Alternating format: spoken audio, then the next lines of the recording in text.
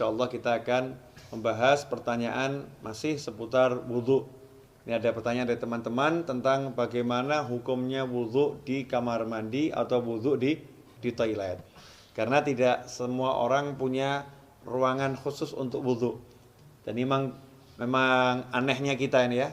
Kita ini kalau bangun rumah ada ruangan untuk mandi, ada ruangan untuk masak, ada ruangan untuk tidur, ada ruangan untuk ngopi.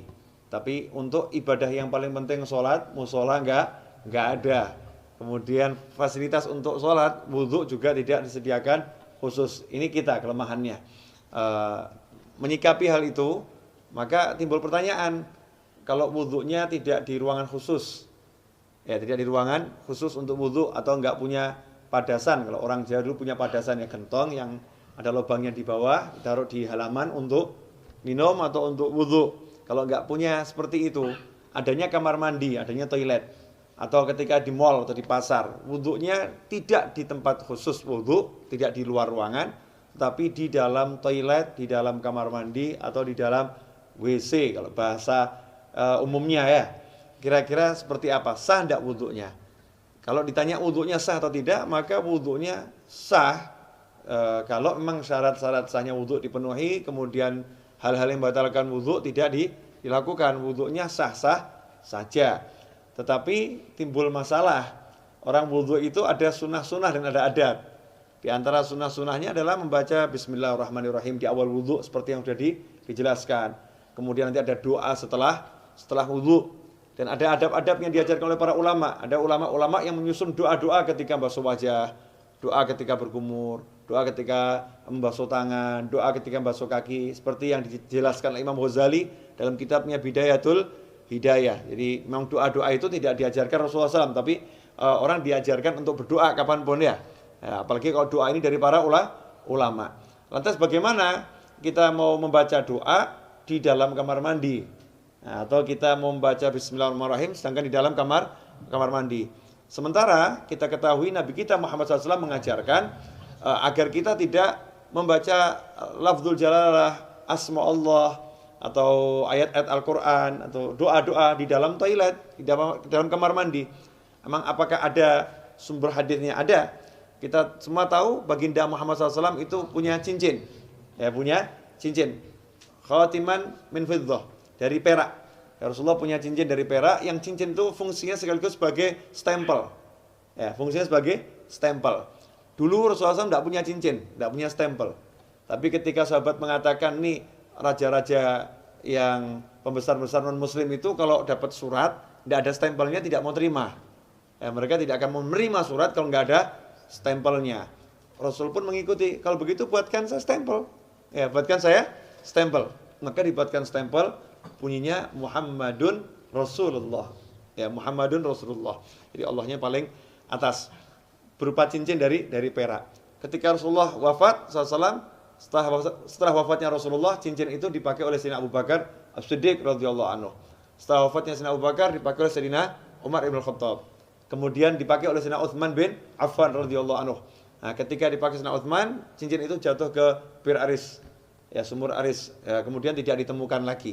Nah, apa dasarnya? Ketika Rasulullah masuk ke khala, ke tempat buang hajat, Rasulullah selalu melepas cincinnya. Jadi ketika masuk ke tempat buang hajat, Rasulullah SAW selalu melepas cincinnya. Karena di cincinnya itu ada tulisan Muhammadun Rasulullah. Kalau membawa tulisan aja tidak dianjurkan, apalagi mengucapkannya. Ya, membawanya aja tidak dianjurkan, apalagi mengucapkannya. Berdasarkan hadis tersebut, yang diriwayatkan oleh Imam Al-Hakim, ya, dalam kitabnya Al-Mustadrak Al-Sahihain.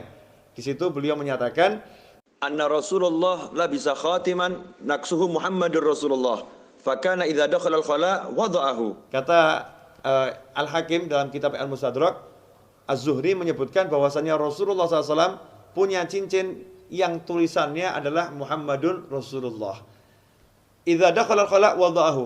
Kalau masuk ke khala, ke toilet, Rasulullah SAW selalu melepaskan cincinnya tersebut.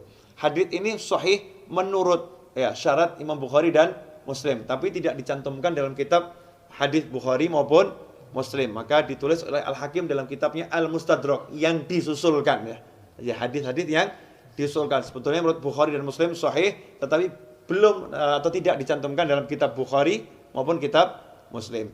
Nah, hadis ini menunjukkan memang kalau masuk kamar mandi jangan bawa tulisan yang mengandung nama Allah atau nama Rasulullah Shallallahu Alaihi Wasallam. Dari sini ulama kemudian mengambil kesimpulan kalau membawa tulisan nggak boleh, apalagi membacanya. Bukan haram ya, tidak boleh dalam arti tidak beradab atau kurang sopan. Karena itu seyukyanya jangan berwudu di toilet, seyukyanya. Cari tempat wudu yang memang betul-betul untuk wudu. Kalau tidak adanya toilet, barulah silahkan wudu di toilet atau di kamar mandi atau di WC. Tapi kalau wudu di kamar mandi, toilet atau WC, jaga adabnya. Apa adabnya itu?